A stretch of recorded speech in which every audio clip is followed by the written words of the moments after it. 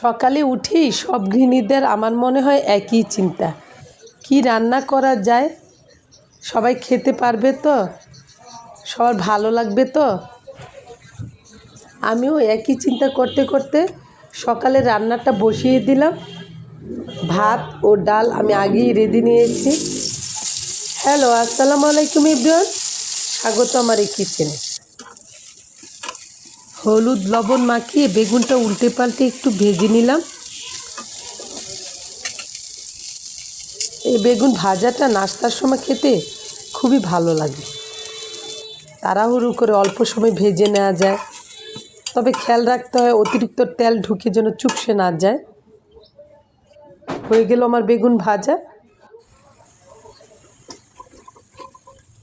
এখন রান্না করে নিব সিমের সাদা নিরামিষ। এই নিরামিষটা খুবই খেতে মজা লাগে, ভাত রুটি দুটোর সাথে খাওয়া যায়। এই যে আলু সিম একটু লবণ দিয়ে সিদ্ধ করে নিচ্ছি। আর রান্নার পদ্ধতিটাও খুবই সহজ।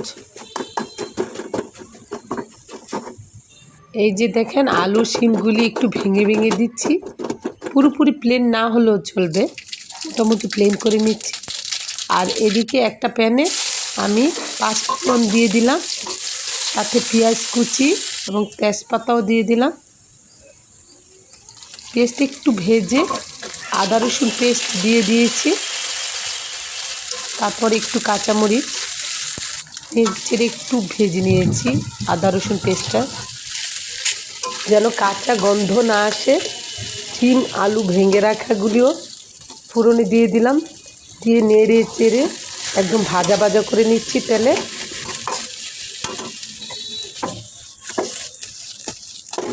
এই রান্নাটা পুরোপুরি কাঁচামরিচ দিয়ে রান্না করা হয়।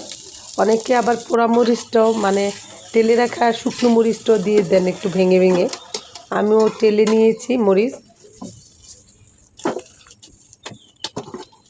হয়ে গেল সিমের সাদা নিরামিষ, এখনই নামিয়ে নিতে হবে।